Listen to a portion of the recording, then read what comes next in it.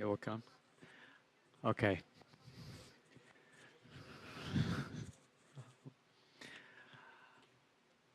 Okay, I think we're ready. First of all, привет. That's one of my two words. I'll save the other one for the end. Спасибо. So, welcome everybody. My name is Roger Burlton. I live in Vancouver in Canada, but I travel the world dealing with some of the big challenges that organizations are facing today. It's clear that there's big changes happening.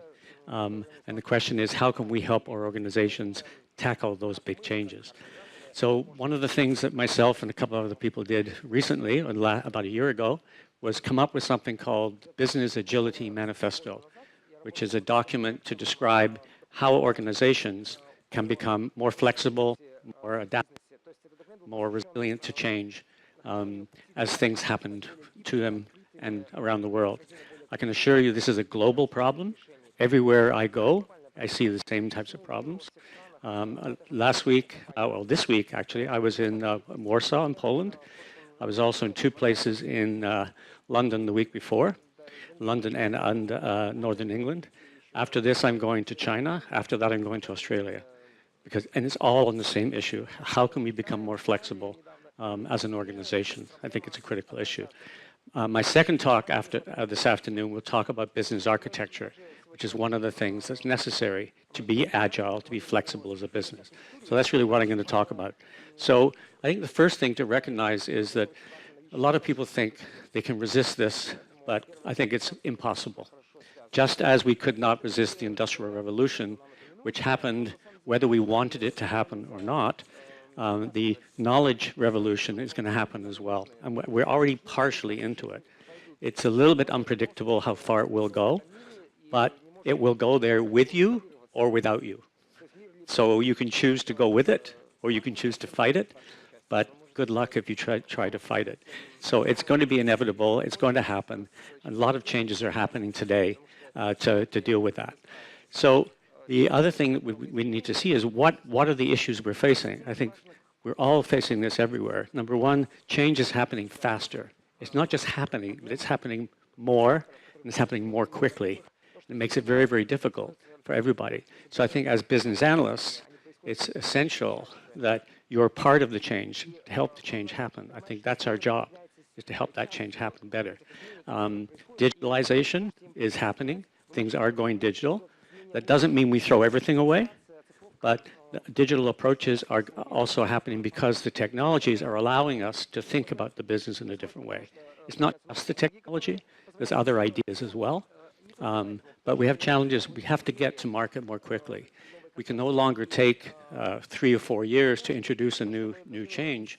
We have to introduce that change much more rapidly than we have in the past. There's a lot of pressures on all of us to be quicker than we have been in the past. That part of the other challenge with that is that in market, we don't have as much time. Products and services don't last long anymore before they have to be changed. So how can we design them so it's easy to change them? We have to think about that before we start designing. And I think, and of course, another thing that's happening very, very strongly, certainly in some places in the world more than others, but a focus on the customer. And everything we do lined up to that. So even if we're doing a small piece of work on a small project, we should always be thinking, how will this affect the customer? Is this something that will survive in the marketplace for a long period of time? Because there's a lot of competition to make that happen. An end-to-end orientation, that also goes along with that. Everything we do is connected, and is connected to producing value for customers, or not. And if it's not, then we're going to have difficulties. That's part of our challenge. Things are getting more complicated.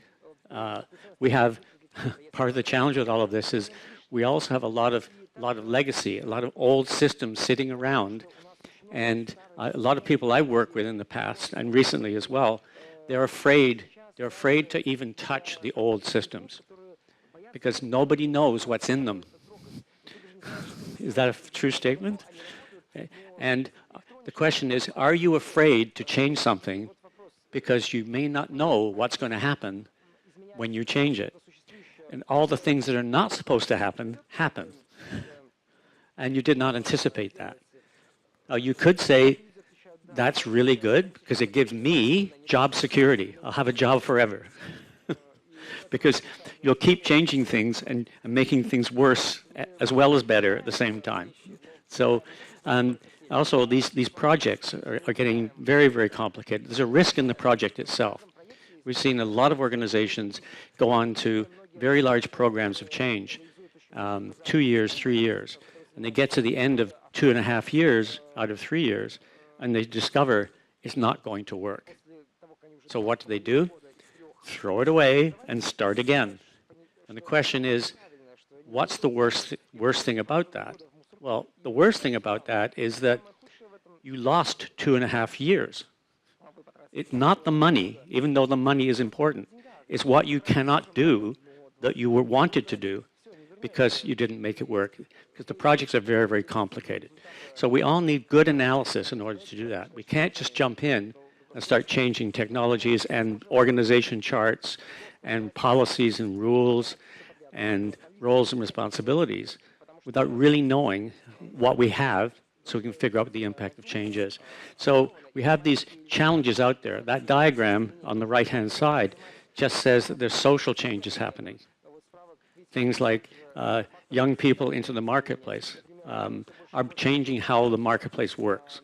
The social changes are there. There's also technological changes. New technologies are allowing things to happen. There are political changes in the countries. Every country has its political challenges, and some of it's good, and some of it's very, very difficult to deal with. But you also know if there were a change in the political system somehow, that it's going to affect how your company runs things. But you may not know what's going to happen yet, but you have to be ready for anything that might happen as a company. So a lot of different things are happening out there.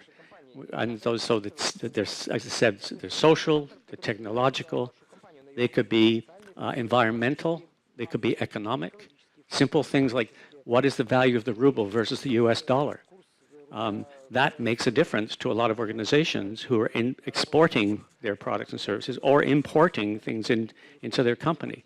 So just, are we ready for a stronger ruble and a weaker ruble? Either one. Can we handle the business either way? These pressures are really, really important for us. So because of this, about 1.5 years ago, 3 of us got together. Actually, 5 of us got together.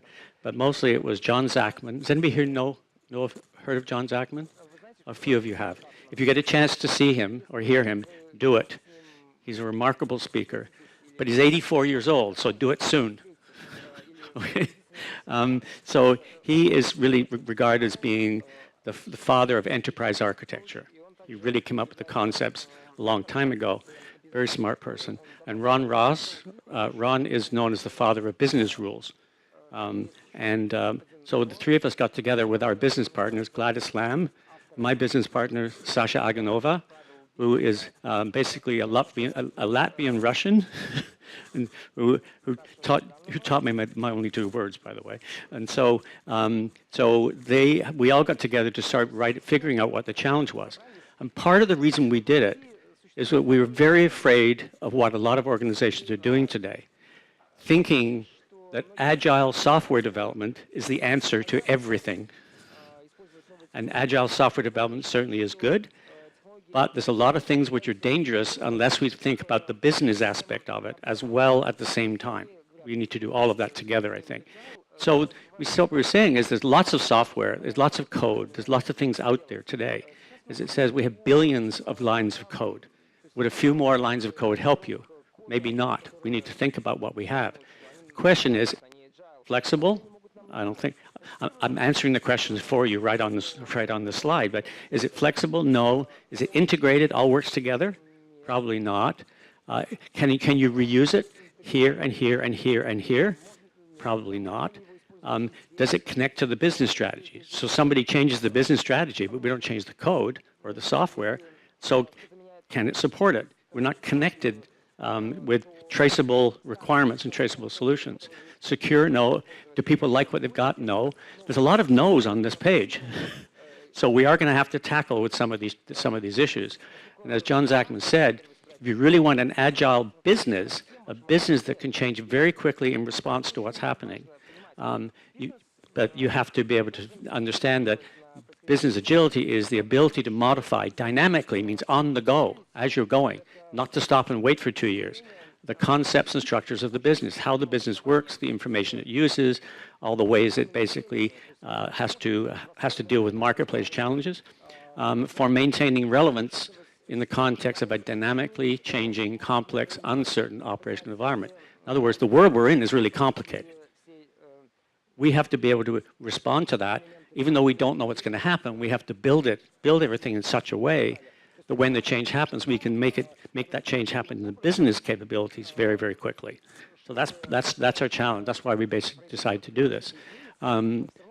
Just to let you know, there is a Russian version of the manifesto. It's been translated recently, so that's available to you if you want to go look at it. And you can read it in English, you can read it in Russian. There's several other languages as well if you're so inclined. I believe these materials will be made available to you at some point in time, but this might be a place to go. And it was translated by some people here in Russia, and our rule is you have to have multiple people doing the translation, just so we make sure it makes sense to everybody. Okay, so that's available for you as a resource.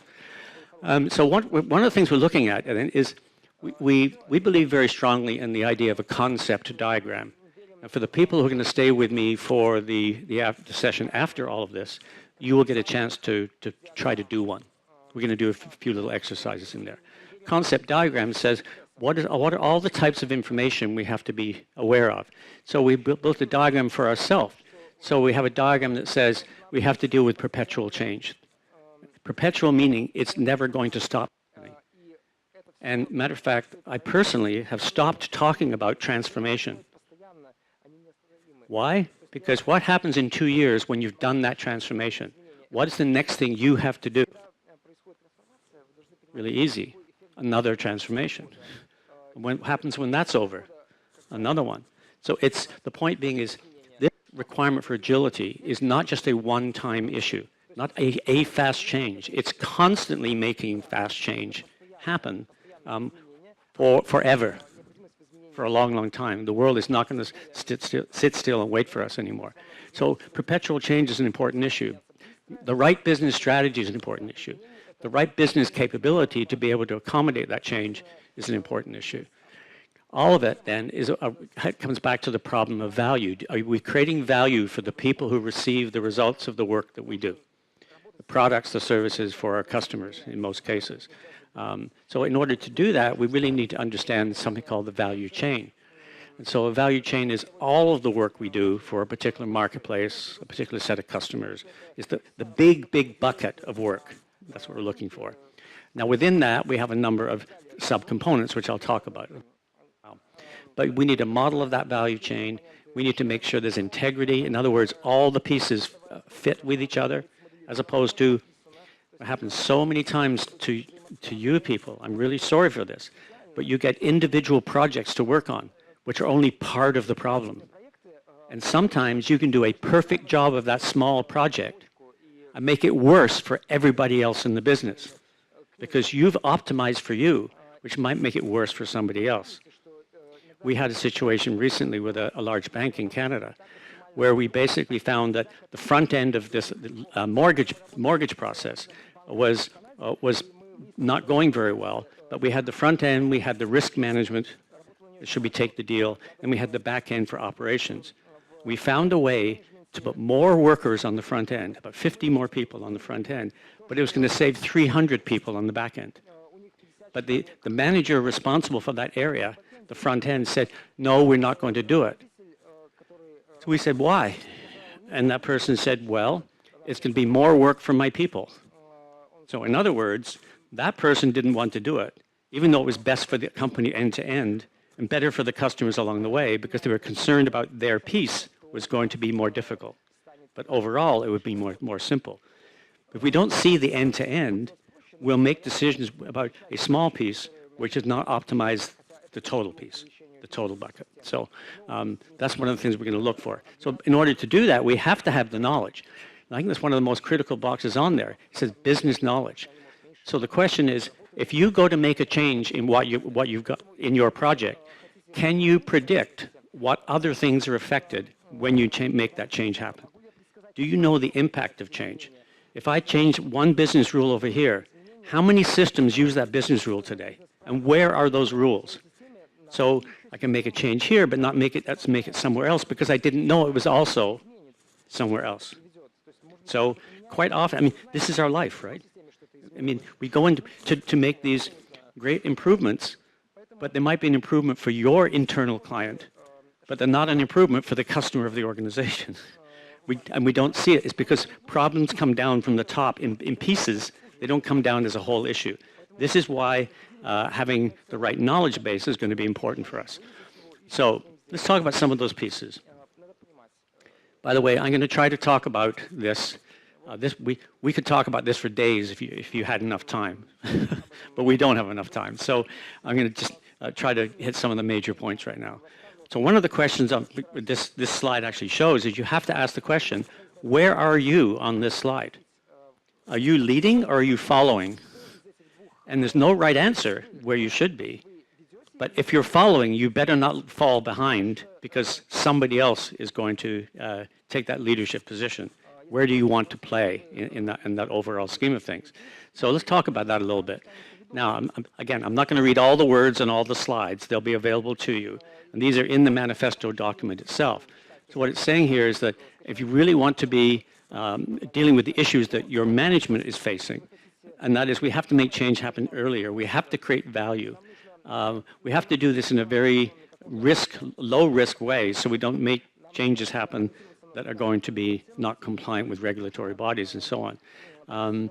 The right amount of collaboration, we have to make sure our resources are used well, and we looked at the bottom, it says manage your knowledge. So if you're going to talk to your senior executives about business agility, these are the questions to ask them. Are these things important to you? Usually these things are very, very important to the business. The executives want to change the business quickly, but they don't know how to do that. This is our job to help them make that happen. I think we can rise up to that. So really what we're looking at then is, if I come back to that first diagram I showed you, all the pressures coming from the outside world, and then I ask the question, do you know what's going to happen in that world? By the way, if you do know, please let me know, because then I can invest my money in the right place. It's unpredictable, right? It's really, really unpredictable. But we have some range we can work within. So the question is in the middle of that, is it what we expect to be normal? Is it going to be worse than you think? Here's the hard one. Is it going to be better than you think? If your world is better, sometimes that's more dangerous for us than if the world is worse. I've seen so many organizations say, you have great opportunity in the marketplace. We're going to double our business in the next 2 years. Well, do you have the people? Do you have the systems? Do you have the locations? Do you have everything you need to be twice as big? Sometimes people still go after that business, but they don't have the resources to deliver against it, and the customer service gets worse, not better. So you have to really think through what if I have A versus B versus C, different possibilities. So if you're agile as a business, you'll know whether those things are strengths for you, whether you have the strength to deal with it, whether they're opportunities for you or threats, or are you weak? Do you have weaknesses that will not allow you to deal with the opportunities or the threats that come along? So this outside analysis is really quite important. Now, some of you may say, well, okay, that's fantastic, but I can't change any of that. That's not my job to deal with that. All I'm really saying to you is that if that's the case, you should at least understand that world so you can recommend the right designs of solutions which will help that be more flexible. Design for flexibility, deliberately design for flexibility. And that's what this page is really trying to do for us. What this says is that historically, again, my arms are not long enough to point to both screens at the same time, but historically, we started in the top right corner. What does that say? It says we have a new idea for a product or a service, which is this way, and we have to provide the resources and the skills and the competencies to be able to handle it the other way. Then what we would do historically would be throw it over the wall to the bottom left-hand corner, which says that It's stable services, stable products, and stable resources and so on. What that would mean is, historically, somebody would come to work, do that job, and they will be there doing that job for the next 30 or 40 years, and that's all they ever did was that job, because we had a stable product and service, and we had a stable set of resources. Now, how is that working out for you right now? Long time in market, people do the same thing forever. Not so much anymore. So that world is going away. Now, what we did in the, I would say in the 1980s, 90s, and early 2000s, we focused very much on the bottom right corner, which says that even if I get a new product or service and throw it over the wall, it would last a long time, but we continue to improve it. So continuous improvement is that bottom right corner. That's the world of Lean and Six Sigma. Lean and Six Sigma never questioned, are we in the right business? They never questioned, is this the right product or service? And doing more Lean and Six Sigma would not lead you to a new solution, to a new product to bring to market. So there's the assumption that we had stability in what we were doing in the marketplace. And we needed to improve it, and that's still good. We still have to do that. But the challenge now is to do something to go to that top left corner. And I think that this is a bit of a challenge for us because it almost makes no sense when you look at it. It almost says, well, that's impossible. How can you have very changeable, very dynamic products and services, but not have to change your resources all the time? And I mean, I'm not just talking about people, I'm talking about systems and facilities and other things such as that. So one of the ways around that is you design so that when something comes along and changes, you're ready for it, even though you don't know what it is yet. Let me give you an example. An example would be, I want to change a business rule, okay? So somebody changes a rule, and by the way, the rules change the most quickly. That's the thing that absolutely is not very stable at all. So I do not want to put my rules in my software. Never, so here's a rule. Never, ever, ever put anything into something else. Don't put your business rules in your software. What do? In your software, you have a place where when something happens, you say, I wonder what the rule is. Let me go look it up in the table somewhere else. And that way, I can change the rule in the table, and tomorrow the new rule is running. If it's in your software, you're going to have to go to the IT department and say, I want to change this rule.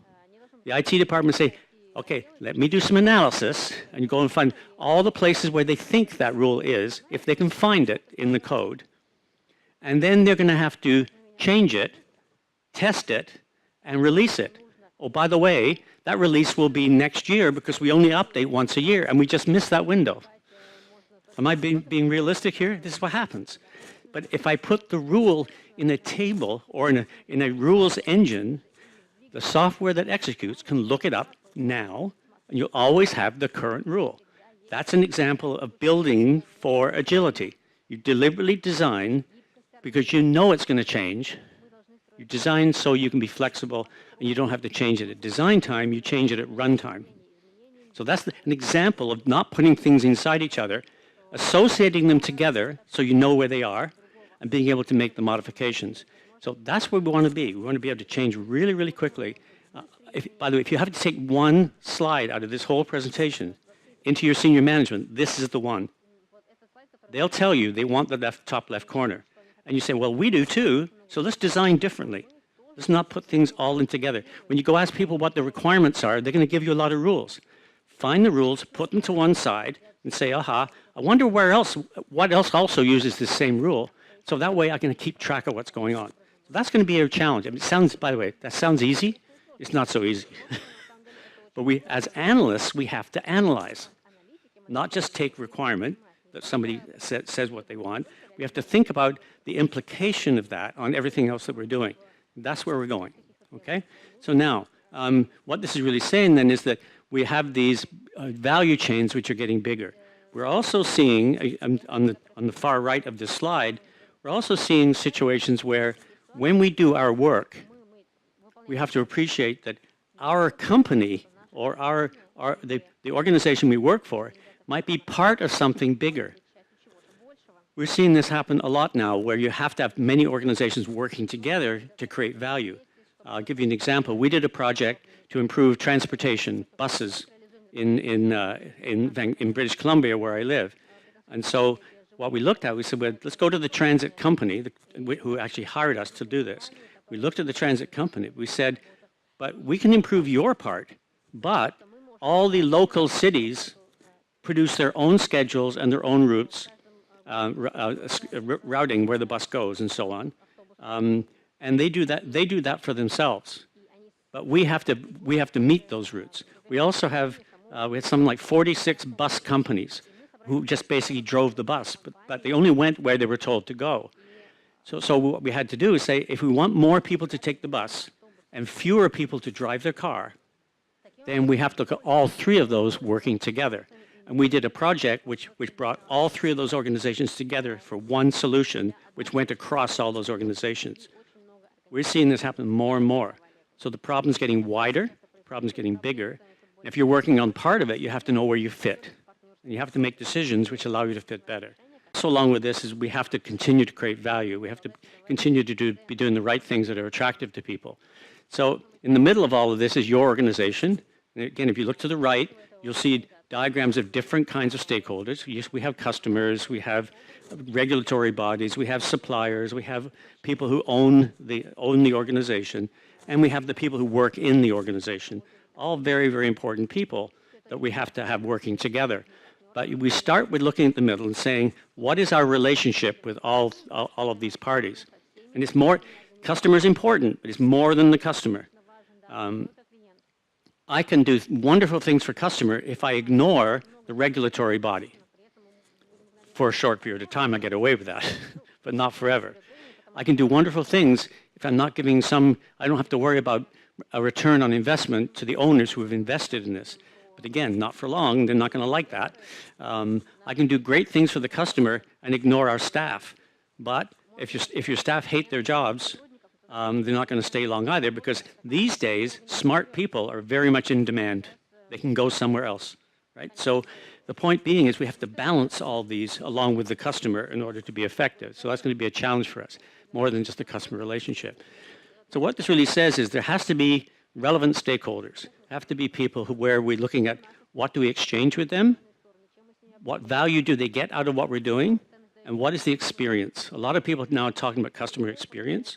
That's going to be important. So what that does, it brings all those three things together and say, this is where value is. Value is a combination of the right things and also the right value you produce for them, what's important to them, and also the right experience they have while they're doing it. I'm going to show you 3 slides which build this up a little bit. So the first of these slides is, what are the exchanged items? These are the tangible things you give and things you get. Really simple example.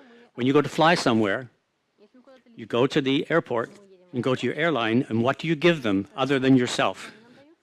You give them your luggage, your baggage, right? You give them your bags if you can't get away with just carrying it yourself. So you give them the bags, so you give them something, and at the end of that trip, what do you get? Your bags? I hope so. It's not always true. But, so in other words, I'm exchanging my luggage with them, I'm giving to them and getting it back. Or I could be exchanging information, but I'm definitely exchanging things back and forth in that relationship. So that's one thing that has to be done well back and forth. And so quite often there is an exchange. I get a request, I get an order, I send a product or provide a service. I also send an invoice and I get a payment. So there's exchanges coming back and forth all the way through that, which are quite important. That's the item we exchange, okay? Now, the thing that is the benefit that people expect because they're interacting with you. So let me come back to the luggage again. If I basically provide a piece of luggage and I get it back, why is that important? It's not the luggage. It's because now I can go on my holiday. Now I can enjoy my life at my destination. The value is not the luggage. That's just the item. The value is I can live the life the way I want to live my life. So if I basically approve a mortgage, That the item is the information or the decision. The value is I can now buy a house. See what I'm saying? So what does it mean in the life of the recipient is much more important than just the item itself. So this is also a key issue. There's one more. Then there's the experience. So the actual experience is the third item. And this is how the journey that you take through the organization and how did you enjoy it. So let me pose another question based upon one of the examples. If I if I don't approve you for your mortgage application, should I send a survey out afterwards asking what was your experience as we rejected you for your mortgage? Were we friendly? Did you get all the information you wanted? Do you like us? So would you recommend us to your friends? No, I don't think so. Why? Because I didn't deliver the value. I couldn't buy my house. And it's not about the experience. Unless you get the right item and the right value, right benefit, there's no point talking about experience. Experience is the third thing. Now, if everybody's the same on the items and everybody's the same on the value, then the experience will differentiate you. This is why we're seeing so many people in financial services these days focus on experience, because the interest rates are the same, the benefit I get is the same, but I might say, you know, I got that mortgage, but I will never, ever work with them again. And I'll tell all my friends, don't deal with them, they're terrible, even though I got my mortgage and I got my value. So these three things are important in terms of having an agile organization, because we need to keep creating that value. And if I do all that right, I can then figure out how will I measure that relationship. I can measure, was I effective? Did I give the right answers? Give the right products and services? Was I efficient? Did I use my resources very, very well to get the job done? Did we have quality so that if I do the same thing tomorrow, I get the same result tomorrow? Consistency, or meeting the standards, or meeting the regulatory compliance. But also, how agile am I? How easy can I change it? If something different comes along, can I handle it just like a standard happy path type of opportunity? Now, so in doing all this then, in terms of value, what we'll look at is what is the structure. So I talked about value chains. For example, all the financial services for regular day-to-day people like ourselves is one form of financial service. There's also wealth services. The people have lots and lots of money, get a different service than we do. You know that, right? Unless you're one of them. If you are one of these very, very wealthy people, then you're going to get a specialized service. How many people qualify for that? I don't. So what I'm saying is that the value chain basically defines everything you do for a particular set of customers. Then within that, I have value streams. So if somebody comes along and goes, click, place an order, the value stream will be everything you do until you satisfy that order, deliver it, and get paid. So value stream is end-to-end for a particular transaction. Okay? Value stream stage, or a lower level process, is just some of the pieces along the way. So this stuff does break into component parts. So if you're working on one of the parts, you should understand where you fit in this overall chain, because you cannot make the right decisions if you don't know the overall value to the customer at the end. You have to really retain that type of knowledge in order to do this well. Now, this is one of the big challenges. I don't know if you can read the words up there. But on the left-hand side, it says, I need to improve sales. This is one executive. I need to improve sales. The next one says, I need to reduce costs. Somebody else says, I need to optimize cash. Somebody else says, we have to basically bring new products to market fast. And there's the chief executive in the middle saying, I need to keep my job. So everybody has an interest, but they're in conflict with each other. If I reduce all my costs, maybe I can't do some of the other things I need to do. So there's definitely challenges in all this. The biggest challenge is who is responsible for the one at the end of this that says, I'm the customer, I need you to deliver to me all those things you promised. Which executive is responsible for that outcome, that result? And typically the answer is no one. And it's no wonder why we don't deliver value. We're not adaptable enough, because each of these individual lines are doing what's best for them personally and not what's best for the organization or the customer. When we're doing our work, we need to advocate and fight for the customer, because quite often people inside have a conflicting interest in all of that. So let's talk a little bit about business knowledge. Does this picture look a little familiar to you? Does this sort of seem a bit like your world? Who's going to pull the first wire out of this system? Right?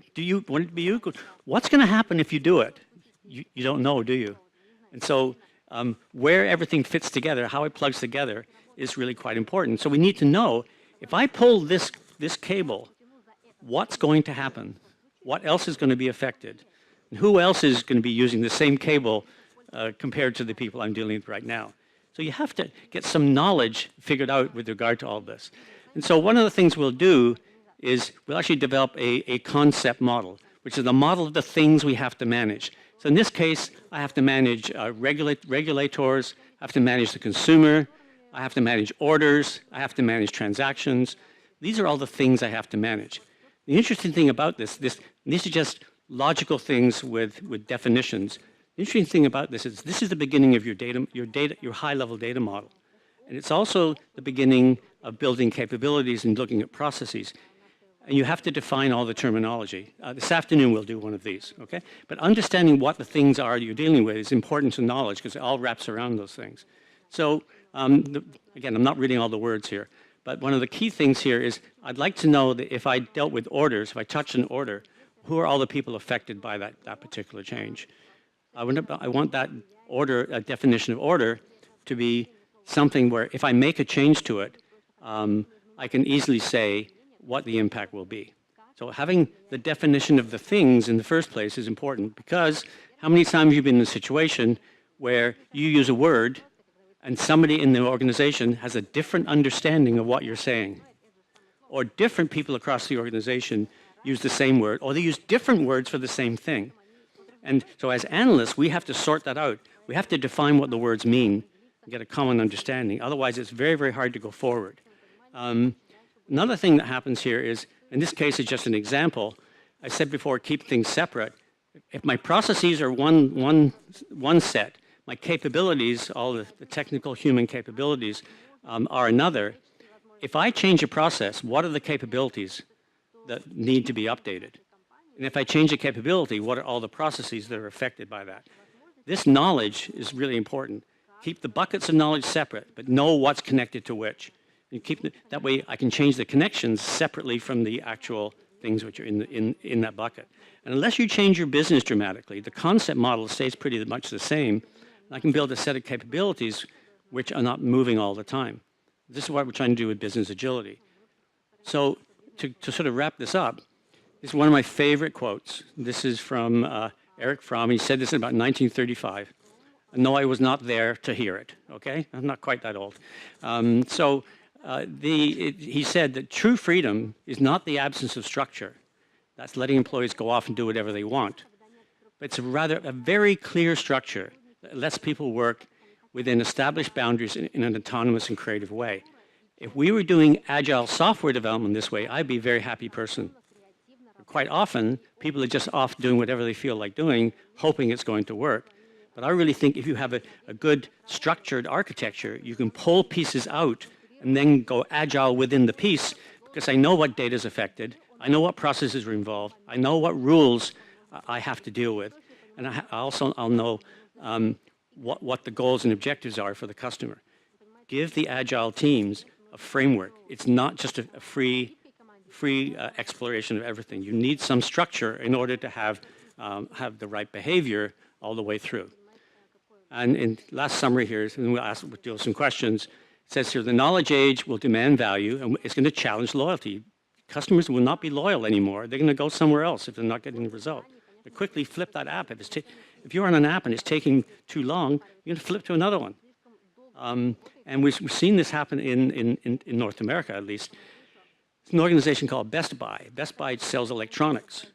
But what people do now is they go into Best Buy, touch, look at it, try it out, and while they're there, they'll order the product through Amazon in the store. Right? Now tell me you haven't done that, or something like that, right? So loyalty is not there anymore. This world has changed quite a bit. So that's an issue. We're going to have new business models, new operating models for sure. And this is about business value first. So understand what the value is to the organization. And then basically we need the architecture, we need good design, we need all of you to sort of start looking outwards a bit more than what you typically get a chance to do. And business knowledge is absolutely essential for us to survive.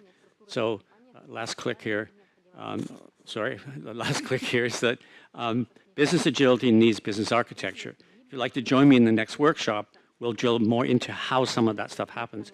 But we will, just a caution, you will have to do some work next time, not just listen. Okay, so let's ask some questions or answer some questions. And remember, there are prizes for questions, so we encourage you to do it. And not only because you want to win a prize, but I've said quite a bit in a very short period of time. Questions, right at the very, very back up there.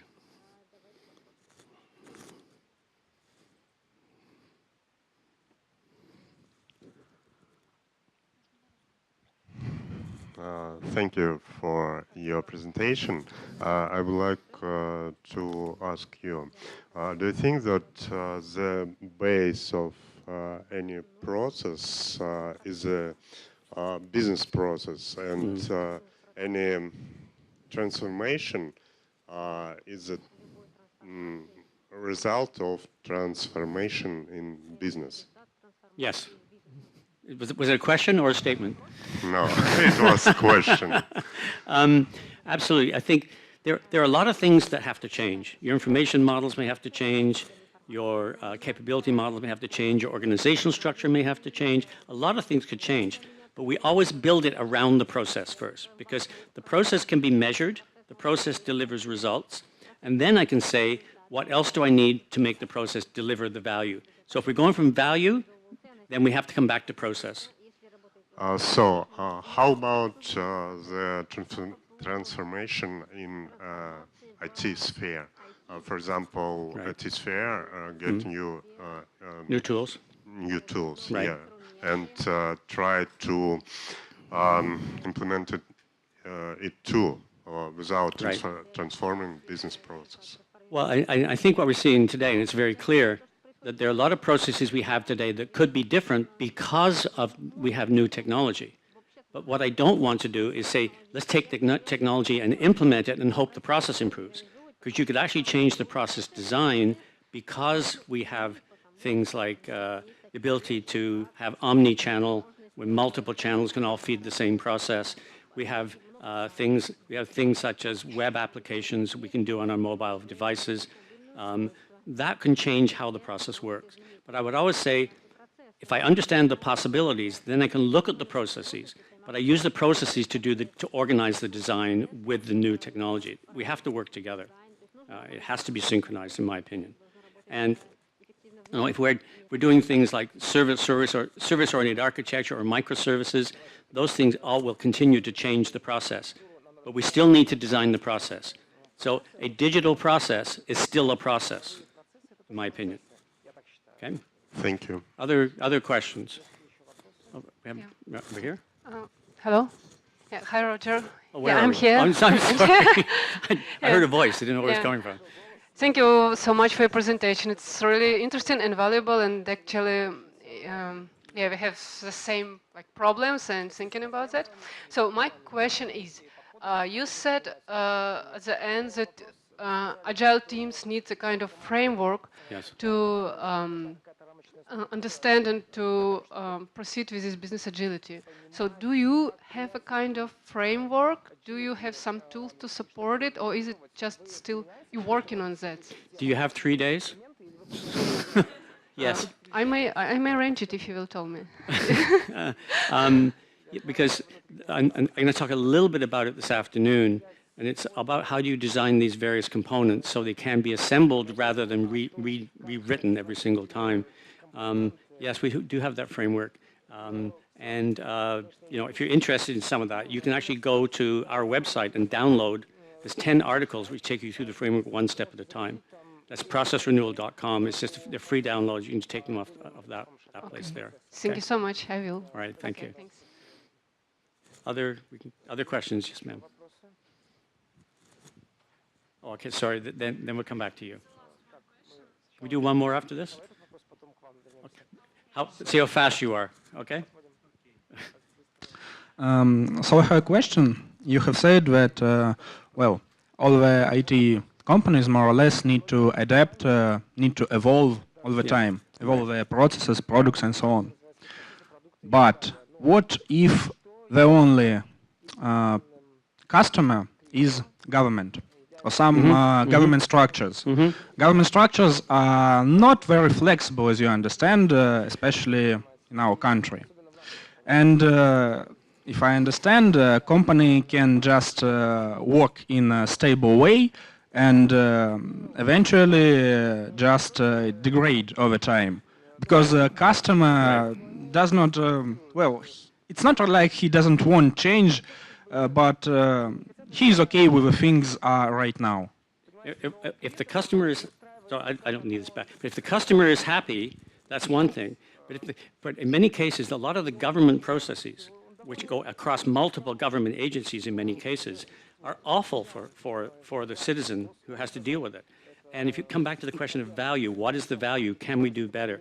I've seen a lot of government agencies do very good work. So I think it's a myth that all governments are bad in terms of process. Of course, I would never say that to the government, but anywhere. And so, but it is a bit of a challenge. So I would still say that I've seen a lot of good government organizations do this stuff. Some interesting things happen in Poland. A lot of interesting things happen in my country, Canada. We can do better. We can definitely do better. And on top of that, if we do better for the customer, it's usually cheaper because we don't have all these extra steps which are unnecessary. And we don't have to go back and keep doing the same thing over and over again. So I would hope that the government would take note of all of that as well. I'm being optimistic. It will happen. The question is, how long will it take?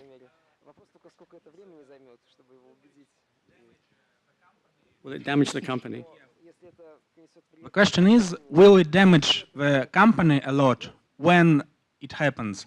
When the government will realize it needs to change its ways or something. Because the government will just say, okay, we had, I don't know, 0, now we need 1, give us 1. But we can give them 1 right now. We need to change our process and so on and so on. Absolutely. So the question is, how long is that going to take you? Sooner or later it will happen. As I said, that knowledge revolution will be with us at some time. The Industrial Revolution took almost 200 years for everybody to get into it. And I don't think it's going to take 200 years, but it might take a long time in certain markets. So I think just try to be positive. One last question. So thank you for your insight and for some inspiration for all of us. The question is the following.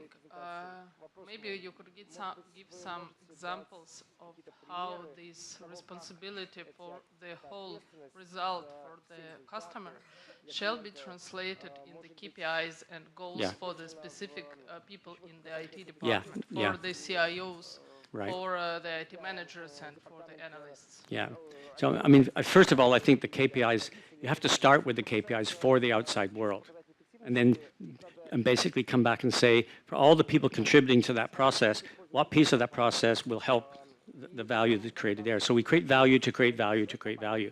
And the KPIs should be determined backwards from that, from the outside coming back to the inside. It's always a challenge when you've got an organization like IT, because sometimes they forget that their job is to help the business succeed, not to help IT be better.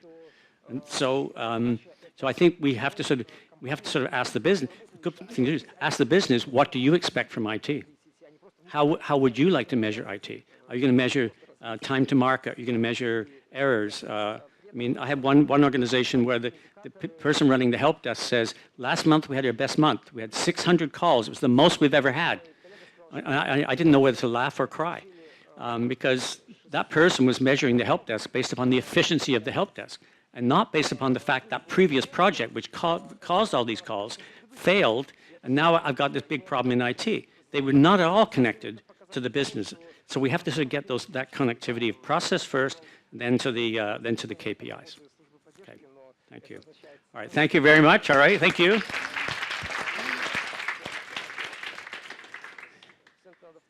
And I think I'm going to give this to the first question. Sometimes the first question is the best question. So thank you very much. But they're all very good. And if you're going to come back, maybe organize yourselves in small teams of like 2, 3, 4 people. Okay? Thanks. Yeah.